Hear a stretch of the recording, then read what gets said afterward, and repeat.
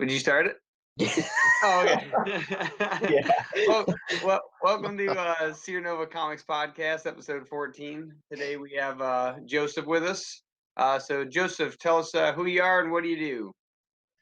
I'm Joseph Duis. By day, I'm a government bureaucrat, and so at night, I make indie comics. I'm a comics writer and I'm letterer and publisher. Very cool. Oh, there you go. And right now you're running a Kickstarter? Yeah, I'm running a Kickstarter for a newest comic. It's called Super Heresies. It's a collection of 3 self-contained short stories using public domain characters from the Golden Age and linked by existential themes. Very cool.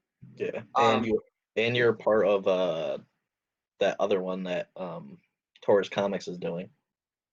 Yeah. There's also one going on right now that Kyron Silver from Taurus Comics is running. That actually wrote the script for that one. It's called Donner Lane. So that's the premise is this rookie cop and his grandmother gets run over by a reindeer, and he starts thinking about he starts investigating it, trying to figure out what really happened, and it gets into all these family secrets. And it was kind of fun to write. It's probably something I never would have thought to write myself, but Kyron's really into Christmas, and so he wanted to say like, yeah, let's do like a version of this story where it's just like really kind of tragic that somebody's grandmother gets killed by a reindeer, So Yeah. Yeah. Hey, Greg, you got So kind of. What? What was that? Just talking to Greg. There we go. Just making sure he's following his question stuff. Oh, yeah. Okay. I've seen like posts from multiple people, and they ask like the same question, like, is there a bad time to run a Kickstarter? So there's conventional wisdom about it. Certainly around Christmas is a bad time, and Thanksgiving. I kind of see that. I've seen people do it then and kind of struggle. A lot of times they put up extra days to kind of make up for it. There was one guy I saw who had to raise, I think, 10,000, and he did it over the 60 days, December 1st to the end of January, and he actually made it. Like, it took a long, long time, and it was very painful, but yeah, he actually made it. I think the only times I've ever run them were July, August, February, and January. And this is the first one done in November. So there's another group of people that will say don't run anything to Memorial Day and Labor Day. But I just did it anyway. So I didn't feel like it was too bad of it was Halloween themed. They started in August and ended in September, and that was my most successful one. And I think part of the reason is that it's like August as people kind of start thinking about Halloween. That one was pretty good. I did one in July that was okay. So I don't think those months are as bad as like the Christmas season. I guess the closest I did it, I went the end of January. That was kind of a quick starter. It was 2 weeks and it was okay. But it started like the last week of January. So by then it's you're kind of out of the season. But yeah, I don't know. I mean, this first one in November, it seems a little tough, but we'll see. I'm ending it before Thanksgiving at least. Yeah. Because when we first started this whole company, I didn't think you needed a following or anything, so we made an Indiegogo. Well, I made an Indiegogo. He's like, "You're retarded." I was like, "Thanks." And I was like, "Yeah, we're gonna raise $15,000 or 10,000 or whatever." Or it was 15,000 at that time. And he's like, "That's not gonna work." And I was like, "Yeah, it is. It didn't work. We got like $200." I was like, "Thanks, Mom." Yeah. And then the next year we ran, because that was in 2017. And 2018 we did a Kickstarter for a bunch of different things. So we learned from that one mostly. We already knew that we needed a following. So we learned not to do a focus on 5 different things at once. We were trying to get money from like comic conventions, get like a zillion comics printed at a time, and a bunch of other stuff. So if you just focus on one thing, that like helps out a lot, and then you don't like ask for $10,000 like off the get, because people aren't gonna just give you $10,000 for like not knowing who the fuck you are. So yeah. Yeah, I mean, I might have pretty small goals, Yeah. relatively. But the first one I did, I didn't really know how to do it either. I did 33 days, which is a long, but and I had a goal, I think, 2150, and that's probably the highest goal I've had. But yeah, I did a digital only because I didn't realize that some people were like refusing to buy digital and wanted to print. So I did digital only. I way overcharged for everything. Um, I it took me 21 days to fund it out of 33. Really, the only thing I did right was I gave myself a little time to kind of fumble through it because I didn't know what I was doing. It was like the only time that's the only thing I did right with it. And I think the only reason I succeeded is because I had like enough friends and family, and it was the first one, and they were kind of like, wanted to help me out. They haven't mostly all been back, but but like for the first time, it's like it was helpful. But yeah, it was like that. It was like 21 days to find it, and out of 33, and it just like seemed like it was a nightmare. Yeah. This past Kickstarter that we did was way better because we planned it ahead of time, because I actually followed his instructions. Um, Yeah. he reads like a lot, if you can't tell by the bookshelf behind him. And there's a book called The $100 Startup, and I followed that because there's a checklist thing on the author's website, and it's a 39, technically 40 step of like a launch plan, Product launch, I think. product Yeah. launch. But I actually made a blog out of that, and I took 21 steps from that actually relate to comic creating, whatever, Kickstarter, and I made a blog out of that, and I followed that, and it worked because we got funded. So Yeah. It's a lot of it's about networking, about it's interesting is that it's like the more you kind of talk about the process, it's actually kind of better for you.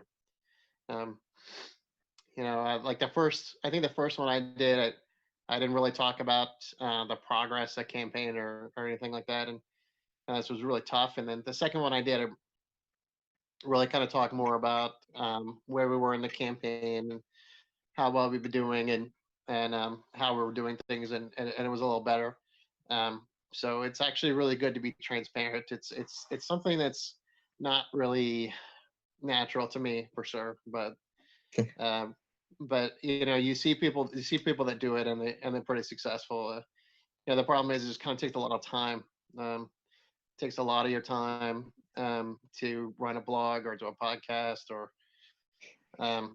YouTube channel or whatever. It's a lot of time. It's a lot of effort. Oh yeah, it's definitely worthwhile though, because that's the thing. Like, if people are gonna go read comics, then there's first thing that comes to mind is Marvel, DC. So if they're gonna connect with an indie comic, then they want more than just a comic book story. They want to be able to connect with the author, the artist, the writers, and actually be involved with what's going on. And that's kind of how you can pull people in a lot better without like the huge brand name backing you. Yeah, I've been reading a lot of stuff about is there an echo? Yeah, it was a slight echo. Yeah. I've been reading a lot of stuff about about independent creators marketing and things like that, and that's definitely true, and it's interesting because it's almost like against the conventional wisdom. I was just talking to my friend yesterday. We were talking about how John Bolton didn't show up for his testimony, And he's like, oh, well, he's writing a book. He doesn't want to give out all the best parts. And I'm like, you're supposed to give out all the best parts. That's how you market the book, you know? But then I was thinking about it. I was like, well, he's John Bolton. He's selling it on his name. He's not selling it on the contents of the book, you know, which is the complete opposite of what we have to do. We have to really show everything. You know, I'm running a web comic, or I put most of what we print, you know, in print comic form, I put out on the web comic, and you know, people look at the web comic, and sometimes they still want to buy the PDF, or they still want to buy the print copy, even though they have the whole story there in the web comic. So, Yeah, that's really what it is. That's why they want to connect with you, because then they're supporting somebody, not something. And people Right. can back a person. It's hard to back, you know, something that, you know, isn't a person. yeah, and you know, I've had the best responses to my emails when I talk about my kids or something, and I don't really talk about. I'm not really trying to sell people stuff, you know. I don't know if you read the book Launch. They kind of talk about that process where if you put out something that just kind of gives content to people, it doesn't even necessarily have to be related to your product. You know, like you have a blog post every week about something that's helpful to support you in the future. Just lost you for a second. You said you put up a blog post. Yeah, so whether it's a blog post or an email or whatever, you just do that regularly, and then people will want to support you because you know you're just constantly giving them something of value. Yeah, absolutely. Yeah, I talk about that all the time with there's a social media marketing business owner named Gary Vaynerchuk. I don't know if you've heard of him or not, but he he basically gives out so much value that I've like just bought random stuff of his that I don't need, just because it was like I want to give you something back. Like how do I it's like how do I give you my money? Yeah. There's a guy that I know that I work with, and he's like I go to and he buys some comics. He mostly buys tabletop role playing games, but he goes to conventions, and he'll be like, I just want to go to convention and just buy stuff from everybody because I want to support like the independent, you know, the independent creators. And I was like, this is like the best customer, you know, ever. He's, you know, because that's just what you want. You just want people who like, you know, like I've been to cons. Like there's one here that's every 6 months. It's in Kentucky actually, every 6 months. And so I've been there 3 times. I'm about to go 4. And first time I went there, I wasn't too successful, but like people kept, but it's free admission, so it's like the same people keep showing up every time, and then they kind of start buying stuff from you. There's one guy who always shows up, and his daughter likes my stuff, so he just buys everything new. You know, so there's just like, you know, if you make that connection with people, there was one where I went to a convention in Clarksville, and it was like a really bad convention for me. And the guy, then like the hot dog vendor came up to me, and he was like, I want to buy this comic. I said, okay. And I sold him the comic, and it was the only comic I sold then at the whole like 2 days. It was terrible.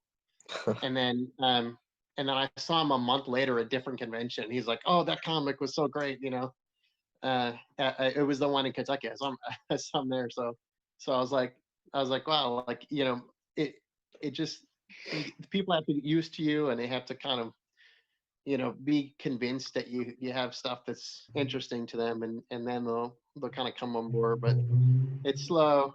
I can get there. Yeah, definitely. Yeah, it is true though. Like even if you have great work, if nobody knows who you are, like it's gonna take a minute for someone to, you know, learn who you are, then like who you are, and then the know like trust thing until they'll give you money. Yeah, exactly. Yeah. I have people. I have people on Kickstarter who are like, yeah, let's, you know, like I got a back on Kickstarter, and I'll send them something, you know, I'll do the fulfillment, and then I'll get a message back. He said, yeah, just tell me whatever you're doing next, like I'm gonna buy it, you know. And it's pretty rare that you see those people, but you know, when you do, it's like, okay, now I actually feel like I'm making some, you know, making some progress, you know. Yeah, it's awesome. And that feeling, I'm sure, is awesome too. Yeah. Yeah. So are you making comics because it's your passion, or is it just like a hobby? Um, I guess it's kind of both. It's my passion, but it's probably going to be a hobby. In the sense that I'm probably not going to do it full time ever. Um, you know, because you look at people who are doing it full time, and I'm like looking at my job, and I make 6 figures. I have a very good benefits package. I have a pension.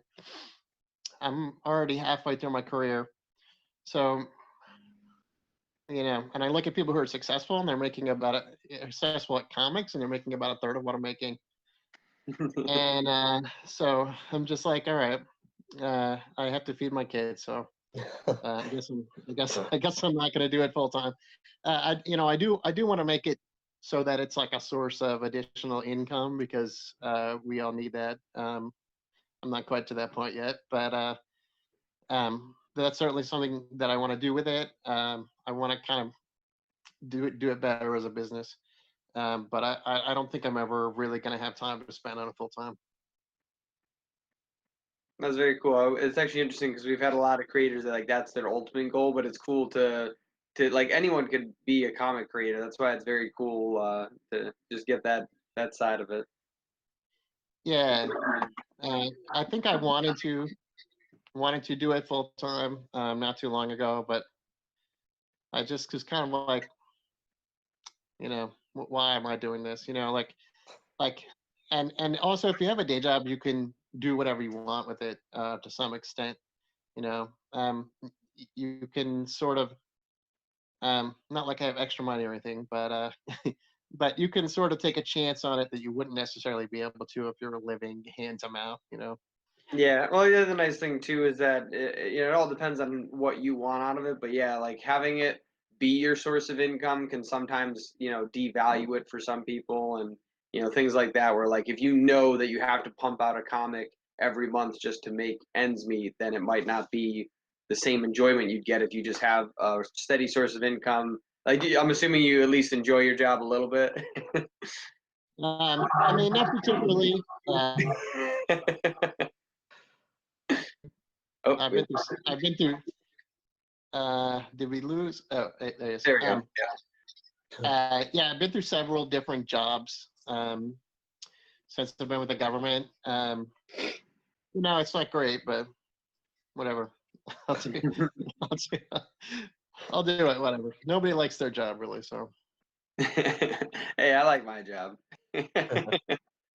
Well, there's always got to be somebody, doesn't there? Yeah, I work for myself though, so that's I got Yeah. a really good boss. He gives me nights and weekends. It's pretty cool. Yeah, but you got a terrible boss, right? Yeah, I got the worst boss and the best boss. Yeah. Yeah. He's so lax, but sometimes it's like, hey, like, aren't we supposed to be doing something? Like, Yeah. yeah, Yeah. so No. Yeah, because I do the writing and the lettering. Like when I'm a writer, I write certain things, and then when I'm a letterer, I'm like, what is wrong with that guy? Like, what does he think he's trying to do? Put all these words in one panel. This doesn't make sense, like. And then I'm like, I hate that guy, But like that guy's me. yeah, that's why I have to be the editor for Greg's writing because he does that all the time, where he'll just put like just loads of words, and I'm like, dude, this is like 6 panels at least. Like, what do you think is going on here? Yeah, I mean it's funny because I beat myself up about it, but then I go and like I don't buy mainstream comics too much anymore, but I maybe do twice a year because of the free comic book day and Halloween Comic Fest, and I go and I like buy a bunch of comics in, but otherwise I don't really go into comic shops that much. So I go in there and I read some like DC or Marvel comics, and I'm like, why am I beating myself up over this? These guys have like 10 times the amount of words that I put, in a panel. And I think usually they have smaller font sizes than me, but still, um, it's it's kind of frustrating because you're like why is this comic so decompressed? Why is there like 3 panels on every page? Whereas like if you're making an indie comic and you're like, I have to pay for that page, like I'm not gonna make I'm not gonna put 3 panels on the page unless it really really needs to be. So. Yeah. Yeah, speaking of that, outside of struggling with your own work, what do you think indie creators struggle with the most in general? Like whether or not it's critiquing themselves or working with others or Um, well, I think we struggle with both of those things. Although I think comic creators are actually a lot better at working together than maybe like authors. Um, uh, Although authors are better at cross promoting, but it looks like comic creators, since it's kind of a collaborative thing anyway, I think are okay at that. I think the worst thing that comic creators are good at is marketing. Yep. So I know that I'm not great at it, and so and it seems like they're not really paying attention to larger marketing trends. I think part of that is that they're just so into the grind and so kind of got their nose down and they want to produce more and more and more, which is part of it. But at the same time, sometimes I feel like I almost have to take a break and just kind of figure out like, what am I doing? Like, am I making this so that anybody would want to read it? And if so, how do I reach those people? Because a lot of the things that we do, um, it's going to be a very specific audience, and you really have to think about, first of all, it's got to be somebody who reads indie comics. Second of all, it's got to be somebody, which is hard enough. And then it's got to be somebody who, like with the Sierra Nova comics, you want to read a story about a conspiracy. So it's got to be these specific types of people, and I think it's really worth thinking about, how do we find those people? How do we connect with people? Where are those people? Where do these people? Um, I guess where do congregate? they? Yeah, where do they congregate? I was trying to think of an analogy, like where do they play and where do they work, and in terms of their online activity. You know, um, like I know I go onto like Facebook and I'm just like screwing around all day. I go onto Twitter and it's like I'm looking for news. Um, so I use those platforms like completely differently. So I think it's kind of worth thinking about, where do people go, and where are different places to reach them, instead of just kind of all being in one place, and how you have to think about how you interact with them, when they're in different places online. So. Yeah, absolutely. That's that Gary Vaynerchuk person I was mentioning before wrote a book called Jab Jab Jab Right Hook, all about giving value and then eventually ask. So the jab is like provide value, the hook is the ask.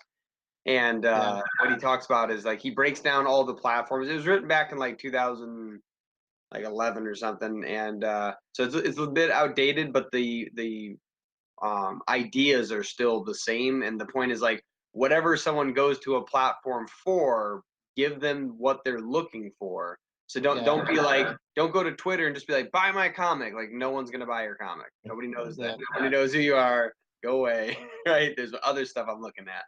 But if you do something like you provide the Onion. You know what the Onion is? Yeah. Yeah. Yeah, that like fake news source that intentionally makes like funny things, but like people follow that on Twitter and it's hilarious. But like that could be one of the things you do on Twitter is almost like a news alert about your comic, and then you're matching the medium and making it interesting enough. And the interesting thing about that is that all those platforms that use learning algorithms for their advertisements work the same way they do for promoting post. And so if you make an ad that people actually like, they will charge you less and show more people it because it's keeping people on the platform. And so it's actually you're doing well when you're not paying a lot for your ads. Yeah. Yeah. Yeah. Yeah. It's one of those things, like, if you're successful, you're more successful. If you're not successful, you're less successful. So getting over that hump is a hard part. But yeah, actually, it's funny you mentioned the Onion. So I used to live, um, outside of DC, and we were.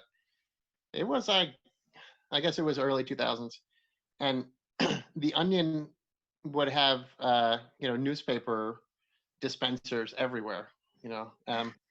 And so like actually I would actually on the way to work every day, I would go get on the train, and at the train station there would be a newspaper dispenser, and the Onion would be in there, and I pick it up and I read it, on the way to work every day, or every week. But yeah, so like I would collect these, and then every time my dad came to see me, I would be like, oh, here's all the Onions, and he would read all of them, and and then like they stopped doing it because they just went like all online, and and then my dad kept going to me like, where's the Onion, where's the Onion? I'm like, the Onion is online, it's always been online, you always could have read it online. And he was like, oh, I don't want to read it online, like I can't find anything there, so I was like, you know It's actually really funny that of all the newspapers out there, that they were one of the first ones to get off the paper train and be like, all right, let's go online because clearly this is where you can actually make money. And it's funny, like they're not even a real news station. Like it's just everyone else is yeah. like, no, paper will live forever. And it's like, all right. Yeah, or like the Daily Show, where most people get their news from, more people get their news from the Daily Show than somewhere else. Yeah. Yeah. Um. So something that we worked on with our comics was like coming up with like guidelines and rules for our universe. Meaning, like something simple we did was we removed religion just so that we didn't have to deal with its context and its possible ramifications in our universe. And we've done other things like right now we have a map of our city, a 3D map of our city, so that we can ensure that things make sense. Like if you turn right on Elm Street after 3 blocks, you'll reach whatever the other street is, but it's always the same street, the same buildings are on that street. If there's a chase scene and they have to go a few moments, then we know how far it was. Like fun stuff like that. But do you have any like rules in your comic books that you try to stick to, even if they're not like that? Like those are oddly specific, but like, do you have any fun, quirky, or oddly specific ones? I think you guys should make a tabletop RPG. That would be cool. But but no, I really don't. And so I mostly do horror comics. This comic is a little different. It's almost like we took sort of horror and crime storytelling techniques and applied them to superheroes, with them still being superheroes. But mostly do horror comics, and so what I sort of did was I set up. I have kind of a formula when I do horror comics is when I set up the rules and then I break all of them. So it kind of gets people into kind of this idea where all their assumptions are not true at the end. So so I don't really have rules. I guess for the superhero stuff, the main rules of this world are essentially like that it's kind of metaphorical for the superhero comic book industry generally. So the main story takes place in 1951, and it's right sort of at the last gasp of superhero comics.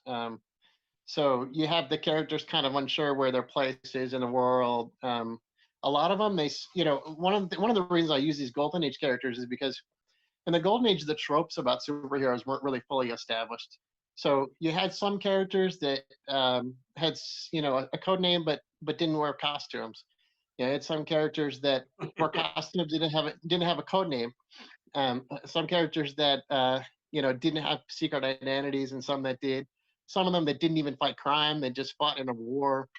You had some of them that were really pure espionage or war stories more than they were about the sort of urban crime stories that we're more used to.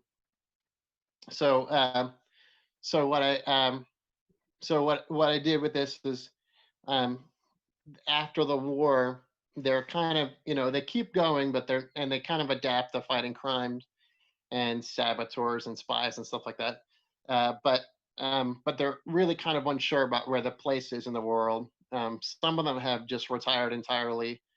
And so that's kind of the setting for the main story that takes place in 1951, which, in our world was pretty much the end of superhero comics. You had a handful that survived, but in order to survive, they really had to become really vanilla. You had Superman, Batman, Wonder Woman, Aquaman, and they were just completely neutered by the comics code. Of course, that was a slower process, but by then it was really firmly entrenched.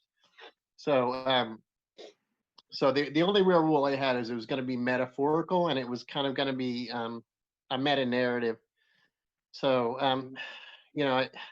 I was thinking kind of having in the future ones they may be like somewhat aware of the fourth wall, and we don't do that in this one, but that kind of thing. And also the other rule I had was to kind of make it stylistically look like a Golden Age comic. So we're making the same dimensions as a Golden Age comic. We put a halftone filter on all the pages so that it looks like it was done in the old color separation process. The only thing I didn't do that I really wanted to do is I wanted to make it 52 pages. So I didn't really get there. 52 pages for each comic. Yeah. So That'd be cool. so I got to 26 with a couple of extra back matter pages with this one. Because I realized that 52 pages is going to be like a really big project. So I'm hoping maybe to, do kind of like double the content and kind of re-release it later on. So like a bigger comic. And something else we did was we wanted to make all the stories really short. So to kind of simulate the early Golden Age where you had like a lot of these comics or anthology comics and they'd have, 10 stories that it would be 6 pages long, and that was something else we wanted to kind of do, is to do that without making them like simplistic storytelling. Is to just make them kind of really short. So we have one that's 12 pages, and that's a team story, and then we have a duo story that's 9, and then we have a solo story that's 5. So they're all pretty short, but I also didn't want to do that they did a lot in the Golden Age was kind of ignore character development. So instead we have one story that's very kind of world and action focused, and one that's kind of a balance between character development and action, and one that's just very character development focused. And one of the great things about these characters that I think one of them had 10 appearances and never had an origin. So that was something else. The Golden Age comics, sometimes they just didn't bother giving characters origins. They had very, very loose continuity.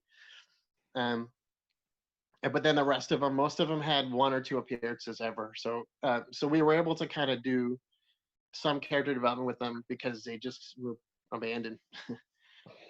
That's actually very cool too, because you almost bring back the nostalgia by just having the characters while giving what people actually really enjoy about the comic books now, which is the fact that they're adding all this in-depth thought. Like the few that survived, the reason why a lot of people like them is because they know so much about them now. So to take like old characters that don't really have a place and then give them a place is very, very cool.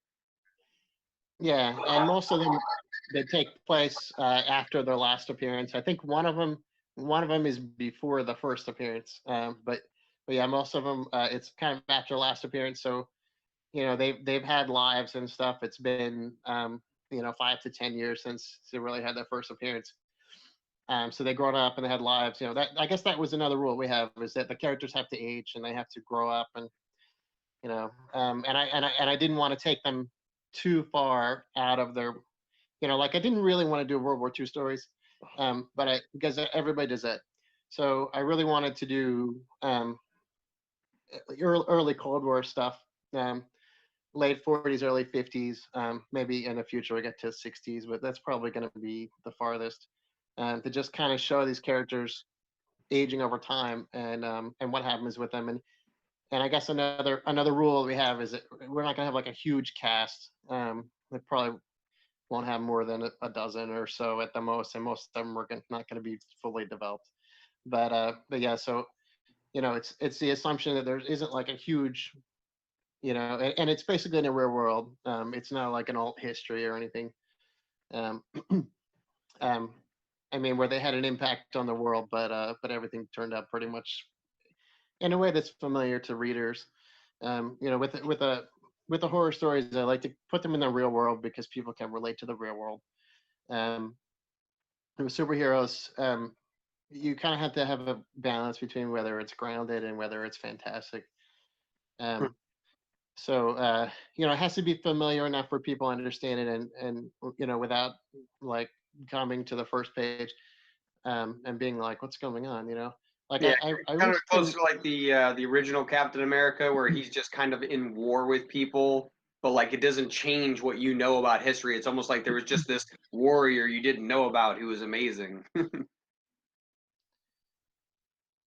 Oh, that was sorry, I oh yeah, lost you for a second. yeah. I was saying that it feels like more going towards the Captain America, where it's like it didn't change anything. He's just in the war, and you just didn't know about the fact there was this amazing fighter, but like all the same events still occur.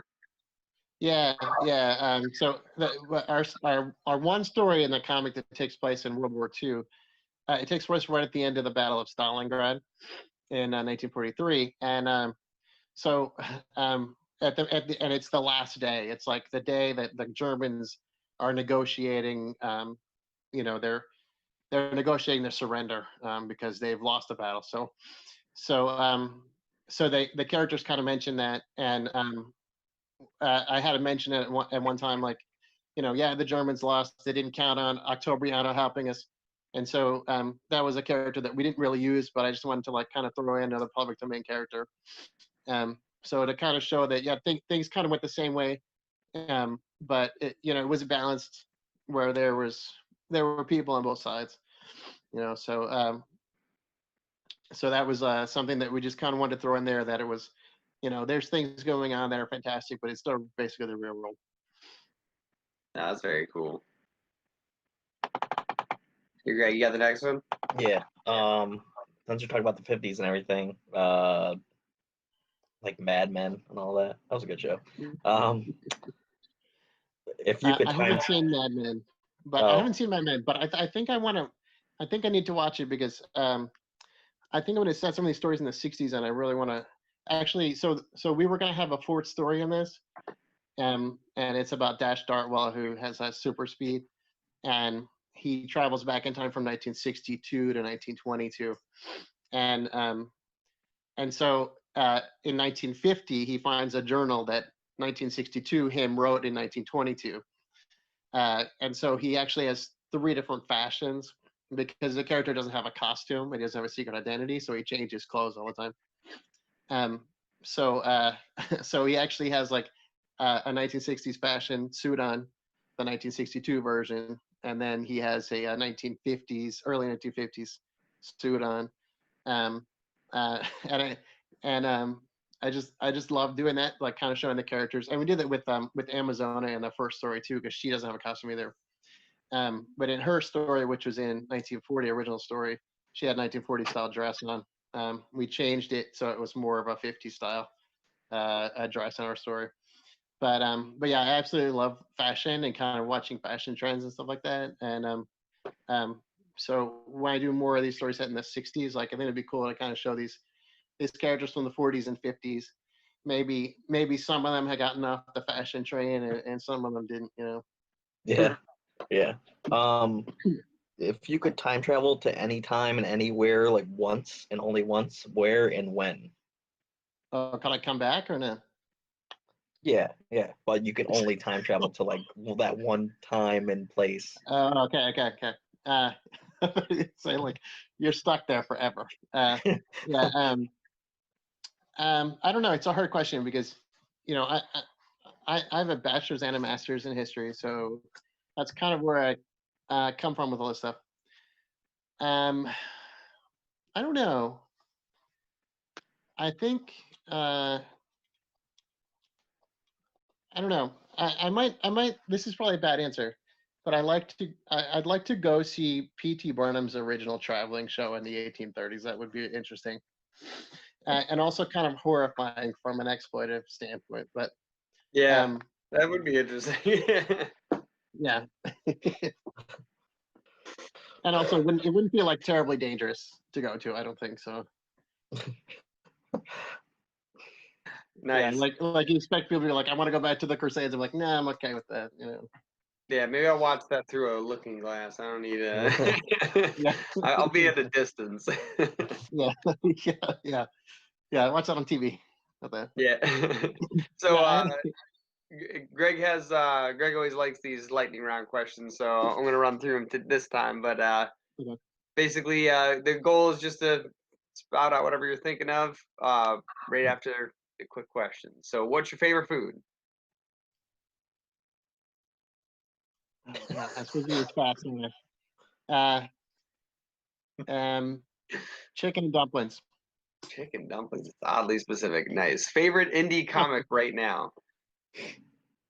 Favorite indie comic. The Pale. It's yeah, I don't know if you guys ever read that. It's a husband and wife team that do it. It's a story about a face blind FBI linguist who goes to this small town in I think Arizona, where the local police are like completely incompetent to try to investigate these serial killings. So so it's interesting because he can't see people's faces, so he has to pick up on these non-visual cues and stuff.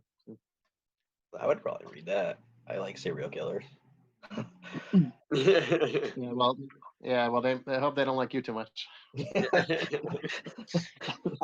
And what is that one? That is way too long of a lightning round question, Greg. What is that? Yeah, I know, right? What the? Okay, so I'll figure out how to ask this, but this is he wrote the Industrial Revolution changed the face of the modern novel forever, and then he just like discuss citing examples. I don't even The know where you Industrial got that idea Revolution changed the modern novel. Yeah. Yeah, I think so.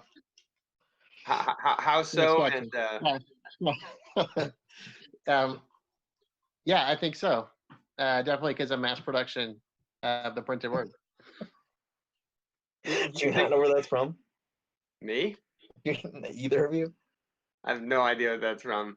Oh. Oh my God! Wait, is that from Billy Madison? Yeah. I was like, I was at Yeah. work and I was bored, so I was like, I'm gonna just throw this in there and see if anyone gets it. Yeah. Business ethics. Yeah. No, Yeah, okay, there I you got go. it. That's pretty funny. All right. Yeah, you can ask the next question. Now that I'm all confused. So earlier we were talking about marketing. We actually talk about marketing a lot because that's the one thing that we're trying to fix with indie community in general. Would you pay for like marketing services for like social media so you could focus on the creating part and only the creating part? You mean have I or would I? No, would you get like a I might. It depends. It depends how much it is, and I think it really depends on if there's a proof of concept. Yeah, it depends on cost benefit, really. yeah. So what a if it lot of was more these, like a lot of you had infinite money and it was more like just saving you time? yeah, that I definitely would then. Yeah, just curious if you Yeah, enjoyed because the marketing aspect, or if you could hand it, if you would hand it off, or if you could hand it off, you would hand it off. yeah, I definitely would. There's a handful of these. I mean, there's a ton of them that are scams. But yeah, there's I think there's a handful of legitimate ones out there. I haven't really done that too much. But it may be worth it. I mean, because I mean, you think about how much is your time worth. And is it going to be worth it if you're in the long run? Is it going to make you more than it costs you? Both in time and money. Then I think definitely, yeah. Nice. Yeah, it's like we can make you reach all these people really fast. So it's Like those people you get when you first launch a Kickstarter. We can help you get 50,000 backers. But no, they can't. Yeah, good luck with that. And actually, so you were saying that you're the creator and designer of the story and the letterer, right? So you do the writing, or do you also have other people to help you with writing? I do the writing and the lettering, and then I also do stuff like the layouts and file conversions and stuff like that. Yeah. Oh, cool. That's awesome. So, how do you go about finding artists and like do you do because I know there's like you can get stenciling, inking, coloring all separate, or you can get people that just ink it up right off the bat, or they'll design it in like Illustrator. Like, how do you go about finding people, and what's the process you go through with that? Mostly through social media. Mostly social media. Um, I have at this point I have a couple of artists that I'll go back and forth between, um, because I know they're reliable, and I know they're within my price range. Um, so I usually do somebody does the pencils and inks, and then and somebody else do the colors. So I usually have a two-person team on each story. So I think we have a total of, and this one we have 3 stories. We have a total of 2 line artists and 2 colorists on this one. Um, the colors were pretty simple because it was just like flat colors, because we wanted it to look like a Golden Age comic, so it was just flat colors, which is something anybody can do, but you probably want to hire somebody for it because it's extremely tedious.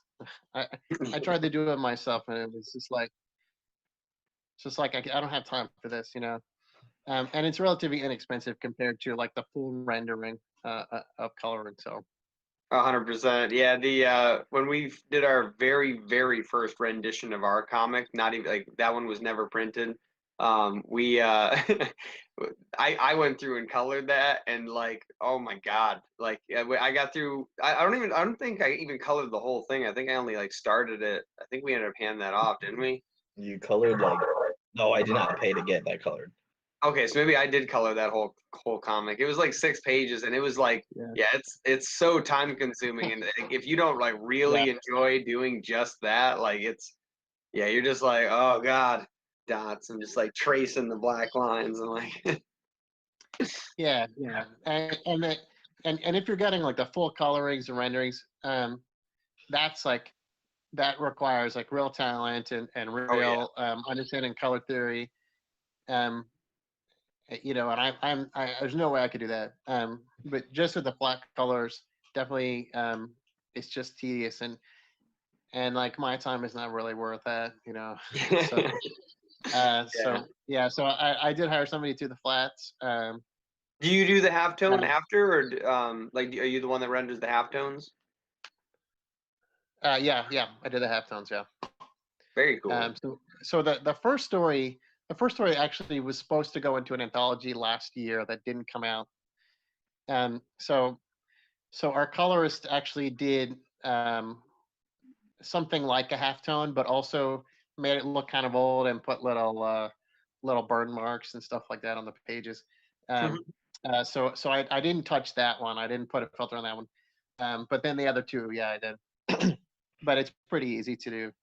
So they actually like burnt the actual pages, like they made it No, like no, no, no, no. She works digitally, but yeah, you know how if you keep a comic around for a while, it gets these little brown marks on it. yeah. Like that's kind of what she was doing with it. So I was curious because I've actually seen some books, like actual books, where they'll have like stuff like frayed edges, like they look very natural, but like what the hell is it? This one, like I don't know if you can even see this there, but see how it's yeah, like yeah, yeah, it's like intentionally frayed on the ends and like offset. It's very yeah. cool. That's a little bit much for me. Yeah. We we went about 80% of the way with it, but yeah, but yeah, the pages are going to be okay. I actually got a proof copy already, but I was just looking for it. I can't find it now. But yeah, I might have put it away somewhere. Yeah, I actually have to. I have to fix some stuff about it because Other colors were in RGB, and they changed it to CMYK. Um, but yeah, so it looks, the pages are in good condition, and it's not newsprint. Yeah, it's still glossy, it's relatively glossy, but yeah, it's got those kind of marks on it where it seems a little bit old. So Nice. I'm just waiting, like, you just get a bunch of them to your place first, and you just keep bending them for like a couple of hours. It's like, gotta break them in, gotta make these things natural. Yeah, I'll change the fulfillment time to like 70 years from now, Yeah. and then I'll just give them to you then. You just gotta have your kids. You just gotta have your kids read them over and over again. That'll mess them up. Yeah. Of course, so they'll be missing pages at that point. Yeah, then it's a real bought, comic. yeah. So like being into history and being a historian, like I do almost all my comics as period pieces. I'm always fighting with myself to do something that's like, I really want to make this like era appropriate. Like I want to make it look I came from them.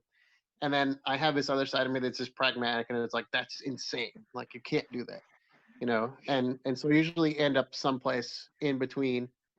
I had one comic I did. So part of like about half the comics are black and white, and half of them are in color. And I did a black and white comic that I really wanted it to look like, there was a really early comic in the 1840s. I really wanted it to look like that, and there were no speech balloons in it. There were just captions at the bottom. So I was like, I want to do something like that, but I also don't want to narrate every panel. So I was like, I want to have dialogue, but I want it to be obvious who's saying it. So I just put everything in boxes and didn't have tails or anything else, and put quotation marks around them, and then put them sort of near the people that were saying them. And that was my compromise solution to that. But yeah, with every comic, it's like that. Like I did a comic. It's about a woman that has schizophrenia with delusions and hallucinations, and that's kind of like the whole. That's the whole premise of the story, is whether what she's experiencing is hallucination or not. So I talked to one of my friends from high school who was a psychiatrist, and he sees patients like this, and so we're like really trying to make it so that it seems believable. I think that was like the only one that wasn't a period piece, and I overcompensated by trying to make it like really accurate as far as the psychiatry in it. But yeah, it's always my problem is I'm like I get too focused on those kind of things, and then I have to sort of like talk myself off the cliff and tell myself that this, like, we're actually trying to tell a story, like like we're not just trying to like show historical documents, so. Yeah, well, at least you've been, you're getting stuff printed though. There's some people that get so caught up in that they never even get to the end. So yeah, that's definitely still a leap ahead of them. Yeah, I have to force myself. I have to say, like, okay, you're done with this. I have to set myself a deadline, because I have a comic that I've been working on for 2 years, and so it half of it takes place during World War One, and half of it takes place at the end of the 15th century. So then I was like, I had to research both times, and it was taking forever. And at some point I was like, I have to stop doing this. I have to write the script. So that's what I forced myself to do, because like and two of the characters are Irish. So I was like, all right, let's look up Irish slang during World War One, and like I was doing this whole thing, and I eventually, like, I can't do this. Like, no one understands this comic, So I had to just kind of like be like, I'm just gonna write this like in American English, and like in modern American English so people understand it. And so I think that's when I started making progress with it. It was when I just had to force myself and say, stop researching. It's something that I call research paralysis, because I started it in grad school, actually, because when you have a paper due and you kind of just putting it off forever, and you're like, yeah, I need to read another book, Yeah, 100%. I feel you on that. Yeah. Yeah, I need a or worse, like you're like, oh, I'm gonna buy this book, and then you never read it, but you feel like you accomplished something, you know, like you're like, I got this book. I read one that was similar, but I got this one. Yeah, that's what the bottom shelves are for. Yeah, yeah, yeah. uh, you're good. You got that last. Is that the last one? Yeah, you get the Yep. last question. Well, you kind of were talking about the creation process, but what is something you learned when starting the comic creation process in the beginning? Um, I think something I learned as far as about creation or Well, about could be anything about the comic book industry, about the about creation. yeah. So I think the major thing I learned was to shop around first for artists. I don't dislike any of the artists I got, but I definitely overspent at the beginning. Um, so so I think you kind of have to work within your budget, and that's something that I've made a lot of progress on, because you have to be realistic about how many you're going to sell. Because you don't want to price them too high. Like I price mine kind of high. Most of them are like $6 to $8. Um, but and people pay it, and nobody has given me any problems about it. But even at those prices, like you have to be realistic with how many you're going to sell. So you don't want to be spending like a ton of money, on a comic where you're only going to sell, you know, you're only going to sell 100 copies ever. Yeah. We first printed the first issue, like what our Kickstarter was before the Kickstarter happened. We wanted to get like critiques on like what could have changed, which we changed. The lettering. So we asked a couple of people like, "Do you want this comic?" And like 30 people are like, "I want to read it." I was like, "Oh, okay, that's kind of cool." Um, and some people were like family, and some people were just like random people that I like. They were like in my grade and stuff from like middle school or high school or whatever, but I never actually talked to them. And this one girl, I was completely surprised that she actually liked comics at all.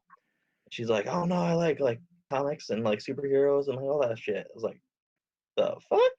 And I was like, "Oh, okay, I'll send it to you." And she's like, "That was like amazing." I was like, "Okay, what was wrong with it though?" And she's like, "No, I like that, like everything." And then my friend that runs Effective Nerd, uh, it's like a blog for like indie comics and all that other stuff. Um, he said something about the lettering, and a couple other people said stuff about the lettering. Mostly like comic creators said that, and I was like, "Oh, okay." Well, Dylan did the lettering, and that was basically the only thing that was wrong.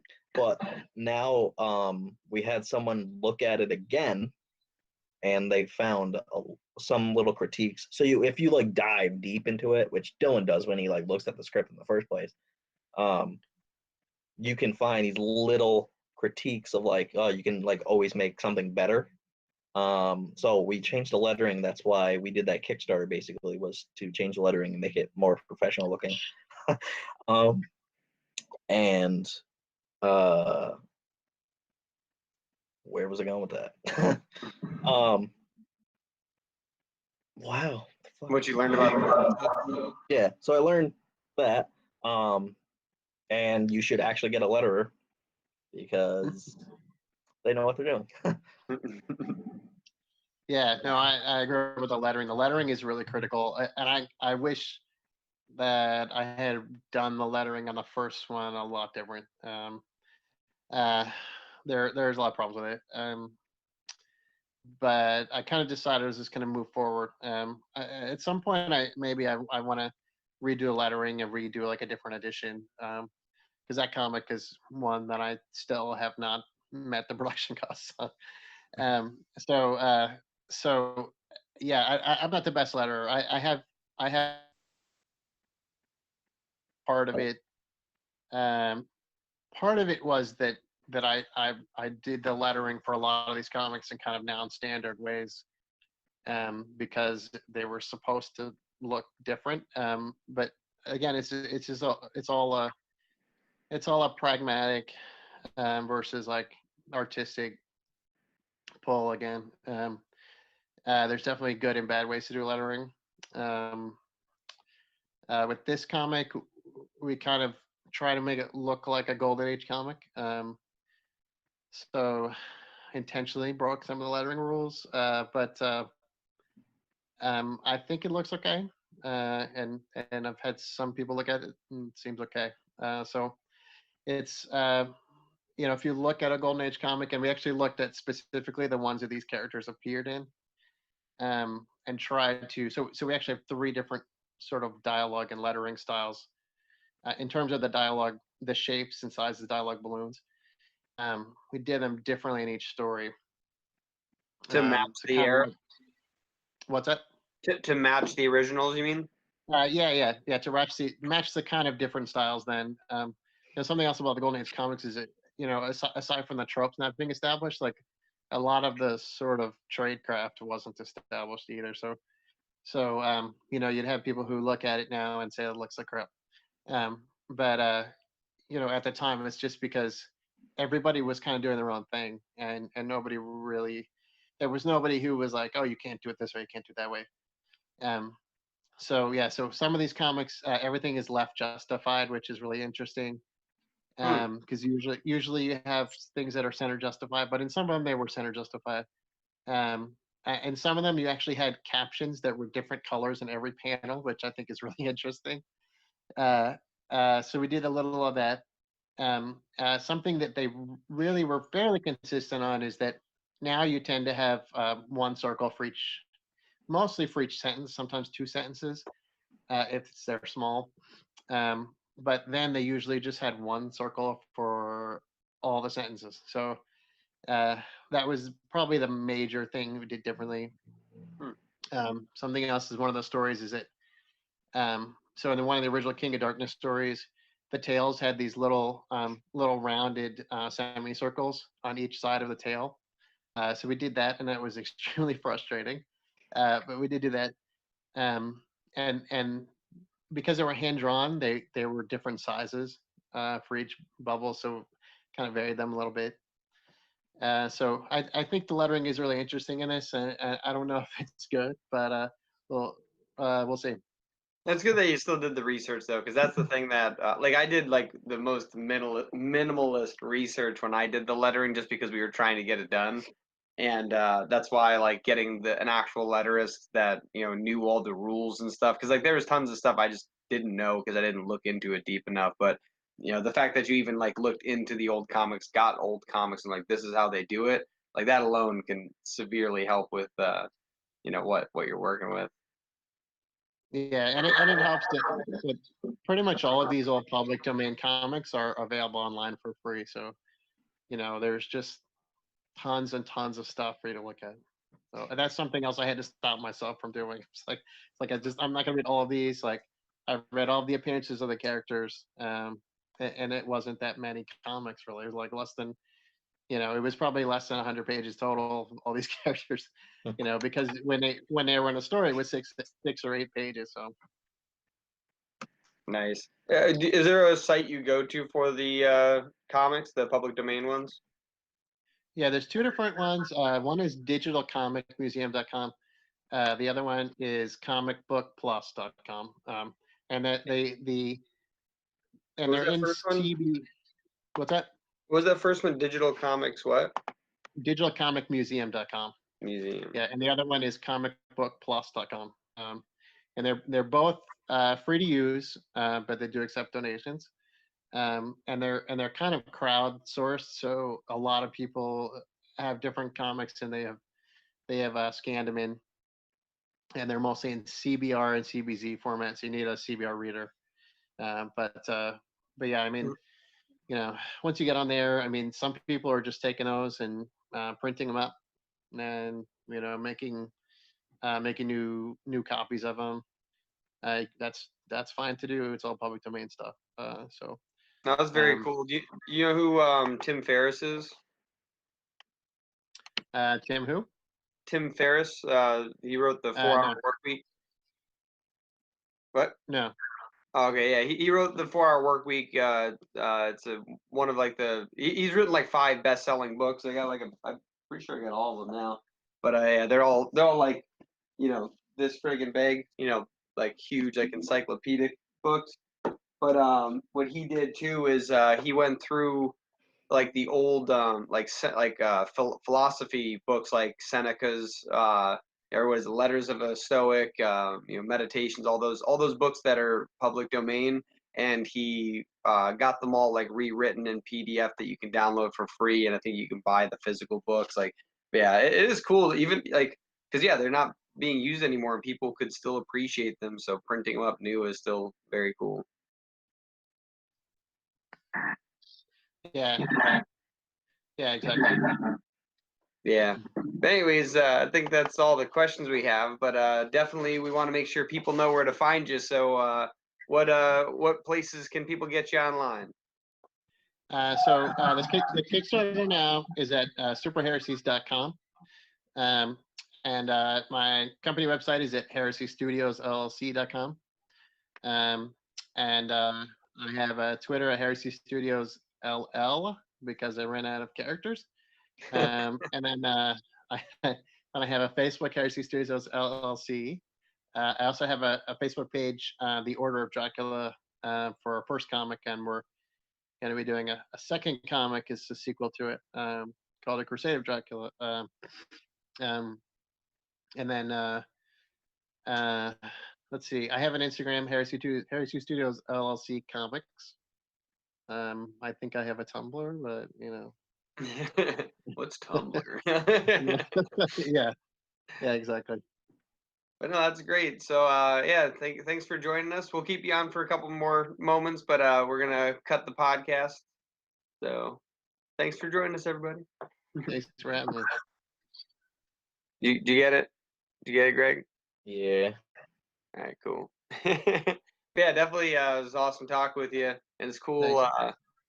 It's cool that you kind of have this as a side hobby, and yet you've gotten a lot more done than some people we've talked to who they're trying to make it their main source of income. So hopefully some of our older guests and newer guests will see what it's like, getting a lot of stuff done and still grinding the work day away. Yeah, and then I just like devote like a few hours on Friday, and that's pretty much my entire comics work week. Yeah, and So seriously, sometimes that's more than some people do, because it's all what you do with those couple hours. Like some people, like they'll spend an hour a day, but it's not really a good hour a day. They're kind of just sitting at a table doing nothing. But like, yeah, if you get what is it, deep work or flow state, yeah, those things. Like if you really get into it and you're like, this is my time to do this, and you get in the zone, like you can get a ton of stuff done in a couple hours a week. yeah, and like I keep seeing people saying like, oh, it's the miracle morning, and you've got to wake up early. I'm like, I get up at 3 o'clock in the morning just to get to work. Like, like I'm not getting up an hour early. There's no way I'm doing that. So yeah, it's the whole. I think there's kind of a whole struggle porn thing going on where people are like, yeah, you got to do it every day. You got to do it every night. I'm like, I can't do that, man. Like, I get my kids to bed and like I'm out. Like, Yeah, like I can't. there's I'm out of it, man. There's a great little book called Side Hustle by Chris Gillibo. The book that Greg was mentioning earlier, the $100 Startup, is by the same author, and it's about that kind of just doing something on the side that it could become a main source of income. It could just be a side income, or it could just be a hobby. It doesn't really matter. Yeah, The whole point is just making sure you're not stagnant with the rest of your time. Like, don't go to work and then die when you come home. You know what I mean? Like that's how you get those yeah, people that what is it? They die at 25, but they're buried at 65. Like yeah, they don't do yeah, anything. So yeah, yeah. it's, And I it's think that's a definitely big motivation.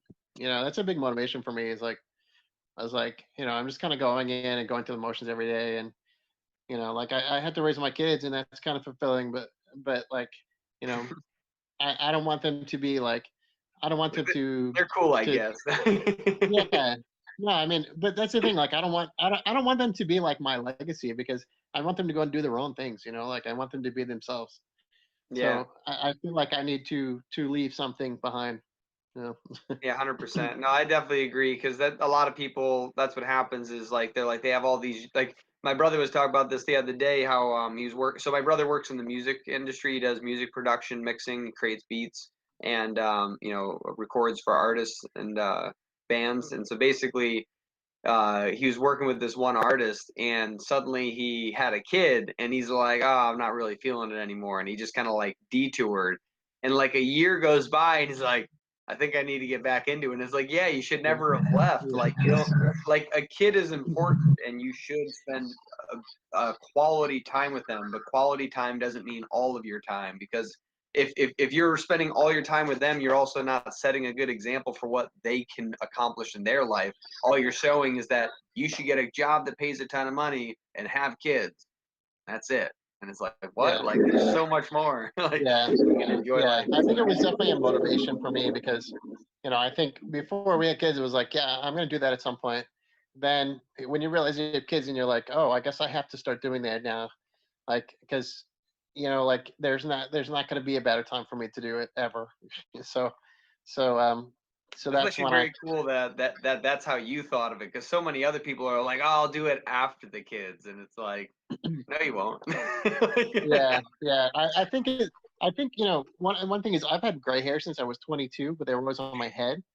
When I was 35, I started getting in my beard when my wife was pregnant, and I was like, you know what? I think I'm a little old, so let's just start doing this. There you go. Look at that. The gray hairs of wisdom. Oh, we lose him? Oh, there he is. Yeah, no, that's definitely cool. Well, anyways, I have not eaten yet today, so I'm gonna go grab some breakfast now. But it was very awesome chatting with you. Maybe we'll have you on again. Talk about your next big comic. All right, thanks. Talk to you guys later. Awesome. Have a Thanks. good one. Okay, bye.